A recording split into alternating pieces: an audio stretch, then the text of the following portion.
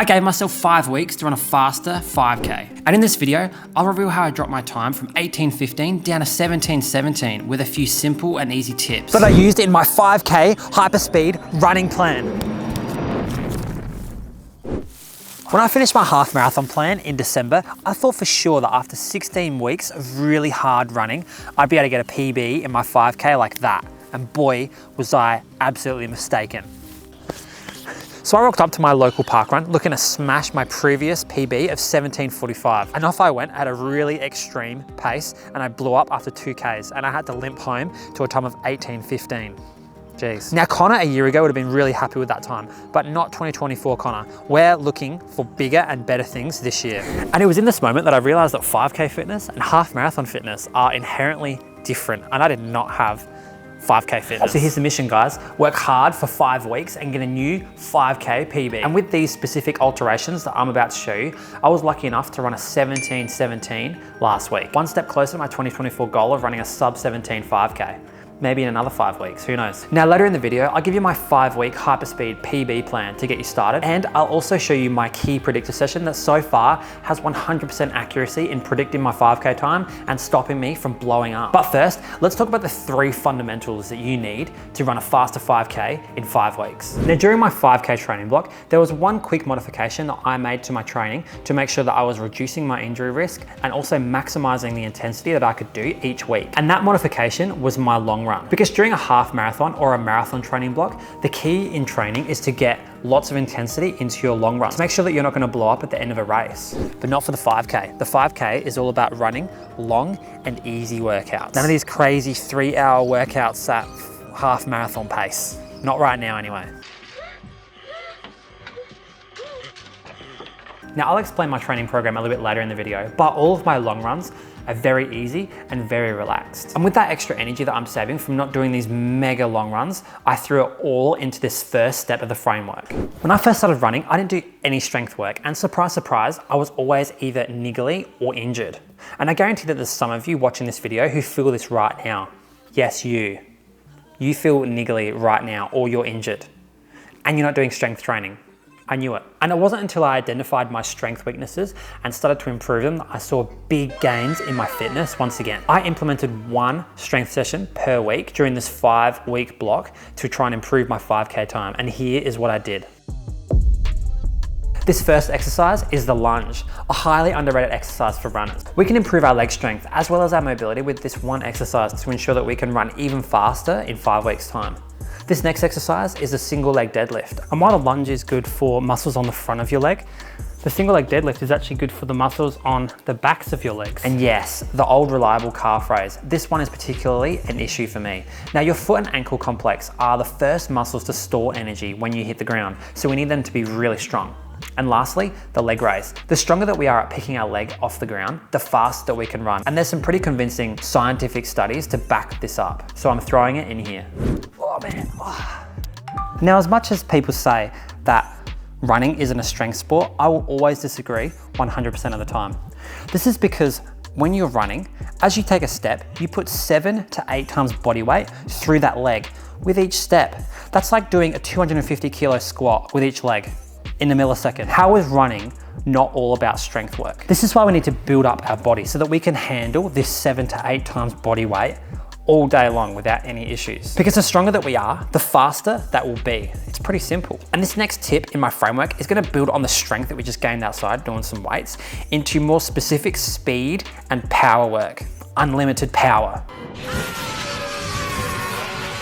Hill sessions.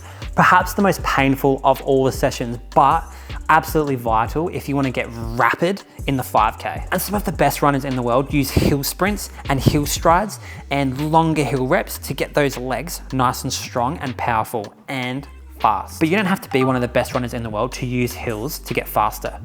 Hills are for everyone. They don't discriminate. So today's a Saturday, which means that I'm gonna go smash some hills too. So why don't you come along with me? Here are the 2 reasons why I think hills are perfect to get big fitness gains in only a few weeks. Number 1, as I mentioned before, you are able to target that speed and power development in your training. And we really need this development for that last few hundred meters kicking at the end of a 5K. But there's also a more physiological reason why hills are so effective, and it has to do with your muscle fiber types. Your muscles have different kinds of fibers, slow twitch all the way up to fast twitch. And every human has a different distribution of slow twitch and fast twitch muscle fibers. During our easy running, we are developing our slow twitch muscle fibers that contract slower and use fats predominantly for energy. Now these fast twitch muscle fibers use a lot more carbohydrates because they're so powerful, and they are perfect to use in a 5K. What a fun session. Here's a general breakdown of what I did in that session, but it's also what you'll be doing in week 1. So we'll get to that at the end of the video. And here's the second reason why hill sprints are elite. They're just much less impact on your legs. Because when you're running, you have what's called a vertical oscillation, which is the distance that you go up in the air as you take a step. And when you're running on the ground, most people have around 8 to 10 centimeters of vertical oscillation each step. This means that as you come down and land on your foot, you're dropping 8 centimeters, which increases the impact forces into your legs. And when you're running fast, you tend to increase your stride length too, which adds another variable of impact forces. So when we're running uphill, we actually catch ourselves at the top of that vertical oscillation, which means that there's much less impact forces coming from us moving down towards the ground. This means that we can push it really hard uphill and not have to worry about the injury risk of running really fast. So the first 2 weeks of this training program are both hill sessions, but after that, we get stuck into some serious speed work. And while we continue to work on our strength with these weekly exercises, we're also going to build our speed and our power development during these quicker, faster running sessions. Here's why. If you don't run faster than 5K pace often, then it's quite likely that 5K pace is going to feel really aggressive on rest day, especially in the last kilometer when you're already breathing really hard and you're getting really fatigued. So the goal of this 5K hyperspeed plan is to get you really comfortable in 5K pace. And we do that by running really fast. Now, Saturday's session for week 3 is a 20-minute warm-up, a 2K tempo run, 10 times 400 meters, and then a 1K tempo run before doing our warm down. But let's break this down a little bit more. The 2K tempo will be 20 seconds per kilometer slower than your 5K race pace. Now the 400 meter reps are gonna be 10 seconds faster than your goal 5K race pace, with a 1-minute break in between each rep. Once again, with this session, the aim is overspeeding our workout so that 5K pace starts to feel more comfortable. Now week 4 is where it gets really spicy. We're gonna start with an easy warm up and then a couple of strides to bridge the gap up to our working pace. And then we're gonna do 8 times 400 meters at absolute flat out pace with a 1-minute break in between. And the pace that I would run these 400s would be 20 to 30 seconds faster than your goal race pace. Pretty fast. I absolutely love this session, and I found that starting 20 seconds under your 5K pace and progressing up to 30 seconds under in the last couple of reps really just got the legs moving and really set me up for that new 5K PB. Banger session. Now I always try to make key predictor sessions in all of the training blocks that I do because I find it really valuable to create sessions that are going to predict what kind of times you're going to run on race day, and I think I've nailed it once again in this 5K training block. So in week 5 we're doing our hyperspeed PB key predictor session. What a mouthful, eh?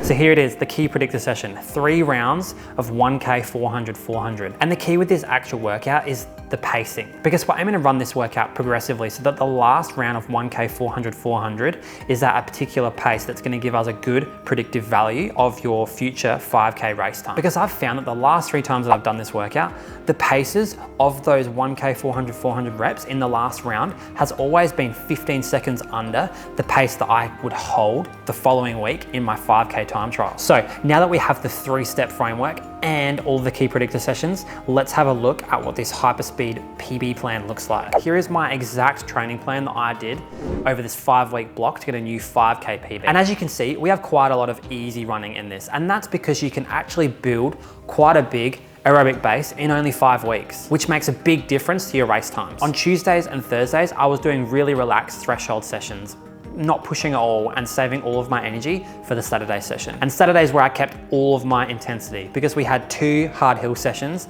and then 3 speedy workouts. Now, training doesn't always go right, and unfortunately, you're gonna have to take some days off at some point, and that's perfectly fine. For example, I took a couple of threshold sessions off here and there to try and make sure that I was not fatigued at all for these key sessions, because they're the ones that are gonna really boost that 5K performance. Because there's no point in trying to go for a new 5K PB if you're not nailing all of these Saturday sessions. The threshold stuff we can be a little bit more casual about. So take it easy. Now, if you want to know how I improve my 10K in 10 weeks, then you're going to have to click on this next video to find out, and make sure that you watch the whole thing. Otherwise, the tips and the tricks in that video won't work. I'm serious. All right, see you over there.